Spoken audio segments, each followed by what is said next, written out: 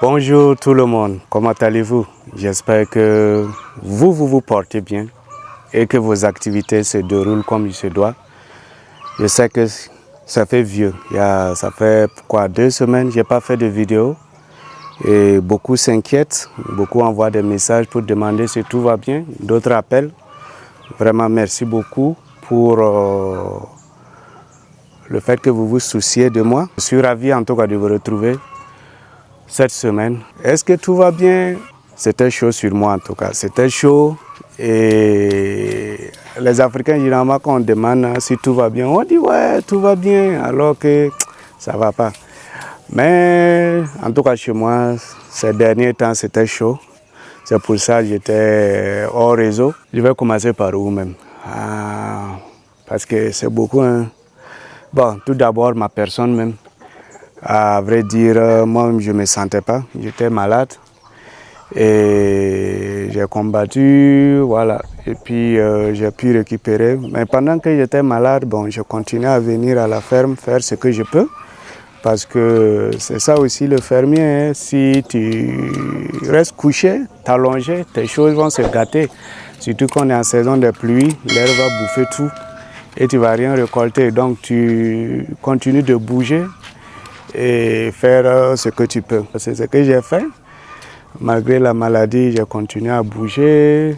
Et moi, en tout cas, j'ai pu récupérer. Et quand j'ai récupéré, mon enfant aussi est tombé malade. Et elle aussi, elle a récupéré. Et ensuite, ma femme qui avait les signes de maladie aussi. Donc elle aussi, elle est en récupération aussi. Et ça, c'est de notre côté. Donc, vous voyez que c'était pas simple.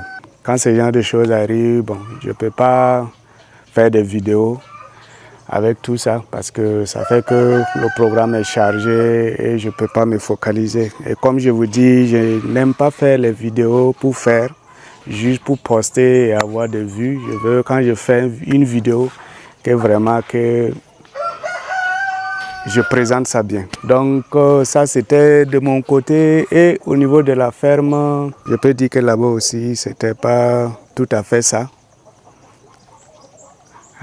C'est quoi lui là il fait là-bas?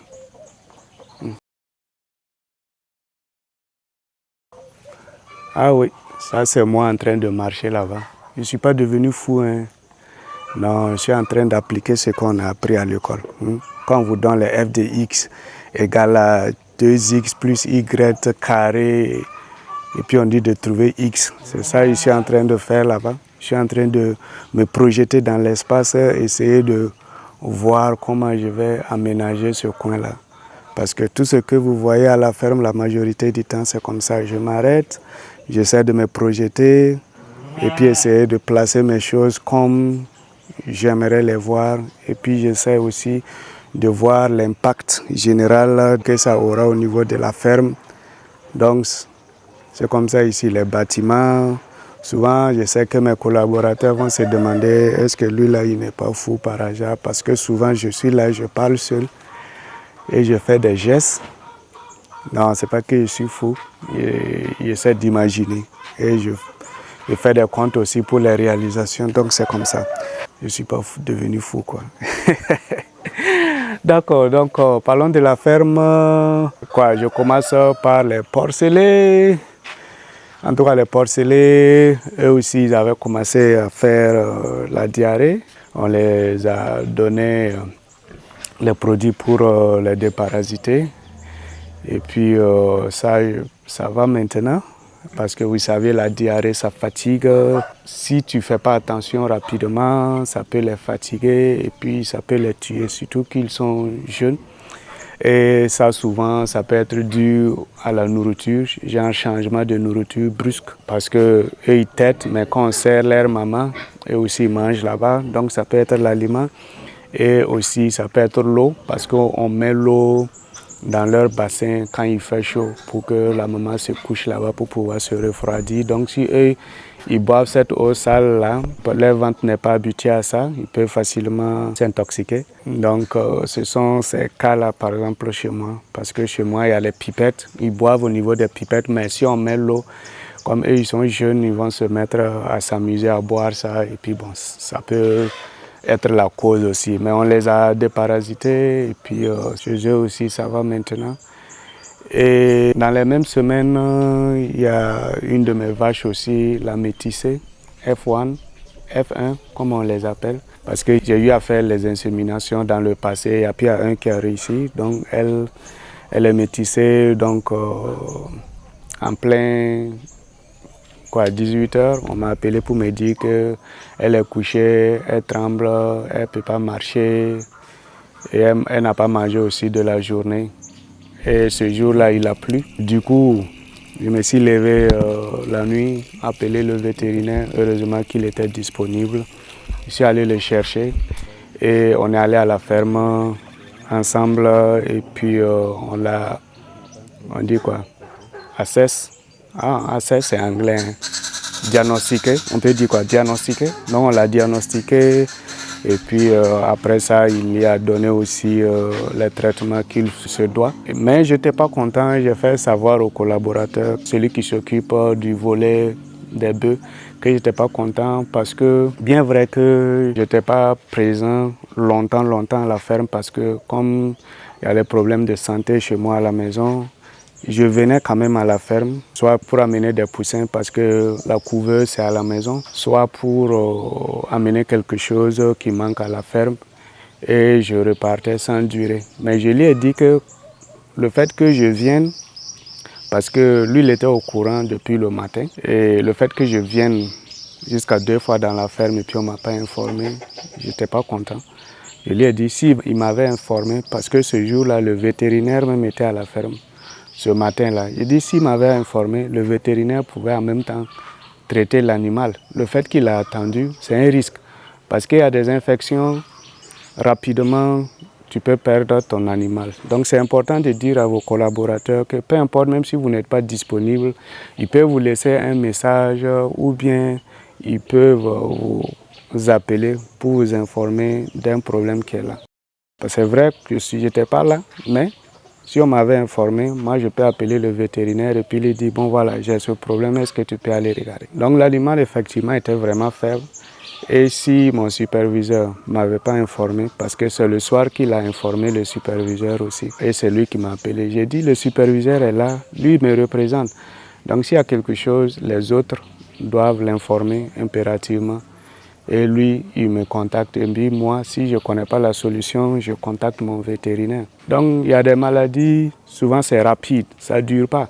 Ça ne va pas atteindre le lendemain. Par exemple, cette vache, peut-être que si on ne l'avait pas traitée la nuit, le lendemain, on allait se lever trouver que c'est mort. Et c'était une grosse perte. Parce que les vaches, c'est ça aussi leur problème. S'il y a un qui meurt, c'est beaucoup d'argent. Et quand ça meurt comme ça, s'il y a des gens qui veulent venir acheter ça, quand même, ils vont acheter ça à un prix comme si c'était un mouton. Donc, j'ai fait savoir que je n'aimerais pas que ça se répète parce qu'en matière d'élevage aussi, il ne faut pas avoir froid. Qu'on dit quoi? Froid aux yeux, non? Aux yeux au froid. Bon, ce qui est sûr, il ne faut pas hésiter souvent à dire la vérité aux collaborateurs parce que c'est toi qui paies le prix. S'il y a quelque chose qui se passe à la ferme et qu'il y a des pertes, c'est toi qui vas subir les conséquences. Donc c'est important. Donc je l'ai fait savoir, il dit qu'il a compris. Et j'espère que vraiment ça ne va pas se répéter. Donc la vache, on a pu la traiter, on a fait les rappels, on a fait le suivi, ça va, elle mange. Et je pense que le problème, en tout cas, c'est presque résolu. Et on a quitté dans ça, c'est maintenant au niveau des poules, c'est hier seulement, oui, ou c'est avant-hier. Avant-hier, quand je suis venu, voilà, j'ai fait le tour, j'ai regardé et puis j'ai demandé à celui qui gère la section s'il y a des problèmes et j'ai ouvert côté quarantaine, les petits bâtiments que j'ai réservés pour la quarantaine pour voir si on a des poules là-bas. Et j'ai vu une des poules là-bas. Et j'ai voulu savoir c'est quoi le problème. Et c'est ça, lui aussi me dit que non, que voilà, qu'il y a les boutons qui sont sur les têtes et puis ça les dérange. J'ai dit, ah, c'est ça, j'ai bien regardé, j'ai vu. Et j'ai dit, mais mon type, ça là, c'est la variole. Voilà, il dit c'est la variole et c'est des trucs qui sont très contagieux. Donc rapidement, il faut qu'on les isole et qu'on trouve une solution rapide. Sur place, j'ai appelé le vétérinaire encore et puis essayer de voir comment on peut gérer ça. Et il disait que voilà, le lendemain, il allait chercher le vaccin venir pour vacciner parce qu'on a décidé de tout vacciner en même temps. Et aussi, il allait envoyer les produits comme Tupai. Tupai en français, moi je ne connais pas son nom en français. Tupai, c'est le truc comme ça. Et on mélange et puis on met sur les crêtes. Généralement, c'est les crêtes qui sont attaquées, souvent aussi les pieds. Donc ça sèche et puis ça les fait mal. Donc souvent même ça fait qu'ils n'ont pas envie de manger. Moi j'étais en déplacement encore, mais il est venu. Il n'a pas eu le vaccin, mais il est venu quand même et puis mettre, généralement on dit que tu peux mettre l'huile de vidange ou bien beurre de karité. Et puis ce que j'ai dit là, tout paille sur les plaies là, pour les aider un peu avec la douleur là, pour adoucir quoi la douleur. Voilà, donc c'est ce qu'il est venu faire et je pense qu'on doit le faire régulièrement. Et jusqu'à ce qu'on trouve le vaccin, on va vacciner et tous. C'est pas simple, hein. Donc c'est tout ça là qui se passe à la ferme. Et je vous assure que, bon, ça arrive, hein. La vie de fermier, c'est ça. Il y a des périodes que toi-même, tu vas tomber malade. Et les animaux aussi, ça ne va pas, donc c'est chaud partout. Et c'est là-bas que tu dois vraiment avoir une bonne équipe. Parce que si tu n'as pas une bonne équipe, c'est là-bas que tu risques soit de perdre beaucoup d'animaux ou bien tu risques de faire faillite. Parce que si tu as une maladie qui te cloue au sol pendant longtemps et tu ne réussis pas à être là et que ton équipe, c'est une équipe qui travaille seulement quand toi tu es là. Quand tu n'es pas là, rien n'est fait. En ce moment, ça devient un problème. C'est pour ça que je fais tout possible pour continuer à instruire mes gens comment je veux que ma ferme soit gérée. De telle sorte que quand moi je ne suis pas disponible, que les choses continuent à se faire comme je le veux. Ce n'est pas quand je suis là qu'on fait certaines choses, mais je répète chaque fois, je n'ai pas besoin d'être là pour que ça là ou ça là soit fait. Et j'insiste là-dessus et je parle beaucoup au superviseur parce que c'est lui qui me représente. Et si les choses ne sont pas faites comme il se doit, c'est lui, je mets les responsabilités sur lui, quoi. Voilà, donc en tout cas, jusque-là, je peux dire que c'est un jeune homme qui suit les conseils et qui fait tout possible pour que les choses soient faites aussi. Bon, c'est vrai qu'il y a des fois aussi, il oublie certaines choses, mais en tout cas de ce côté, je lui tire mon chapeau. Et puis voilà, c'est un bosseur. Voilà. Donc il amène tous les autres aussi à bosser aussi. Donc comme vous le saviez, quand tu as une ferme, l'équipe vraiment joue un grand rôle à sa réussite. Il joue un grand rôle à sa réussite et c'est pour ça qu'on fait tout possible aussi pour prendre soin d'eux, pour que l'équipe, tout le monde se donne à 100%. Et à la fin, c'est nous tous, on gagne parce que eux ils gagnent, toi aussi tu gagnes et puis tout le monde est content. Sinon, dans l'ensemble, c'est ce qui se passe. Et on continue à avoir des poussins et aussi la première section que je vous montrais, les poules, ça on a consommé cela, mais il y a les autres sections qui sont en train de grandir aussi au fur et à mesure. Comme je vous dis, depuis combien de mois là, en tout cas, est-ce que ça ne vaut pas 6 mois maintenant que moi je n'ai plus acheté de poussins à Ouara.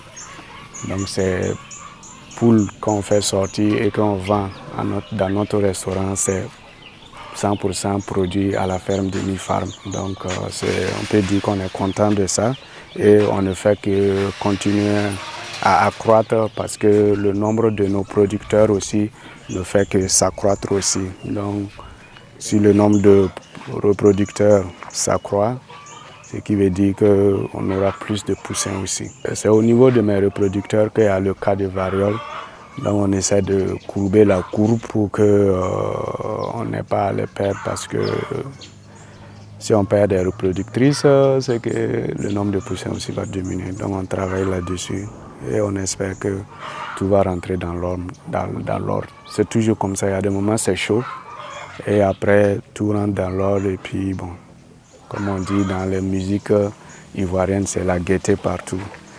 Voilà, donc c'était juste pour vous donner de mes nouvelles et vous donner aussi les nouvelles de la ferme, comment les choses se passent ici. Sinon, en tout cas, dans l'ensemble, ça va, ça commence à aller encore. Voilà. Et puis aussi, bon, à la ferme même, il y a un de mes éléments aussi qui ne se sentait pas aussi. Mais aujourd'hui, lui aussi, il est sur pied, il est sur pied, il a repris le travail. Donc, c'est les périodes de maladie. Donc, parlez à vos éléments qui sont à la ferme de se protéger. Moi, pendant l'hivernal, je fais tout possible pour les donner les produits contre les moustiques et puis aussi régulièrement faire les traitements préventifs contre le palu parce que c'est la période de palu en Afrique. Donc, je les donne les mosquitos pour qu'ils allument dans la maison pour diminuer un peu les moustiques parce que nous sommes en brousse, il y a beaucoup d'herbes et c'est pas simple, il y a beaucoup de moustiques. Donc pensez-y et puis voilà, parce que si eux ils ne sont pas en bonne santé, le travail ne peut pas avancer à la ferme. Donc les amis, c'est ce que je voulais partager encore avec vous. C'est les réalités comme ça à la ferme. Si vous voulez vous lancer dans les activités de ferme, sachez que c'est comme ça. Voilà, c'est comme ça.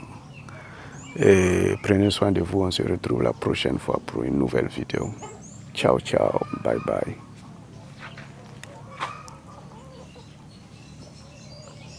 Hey, hey,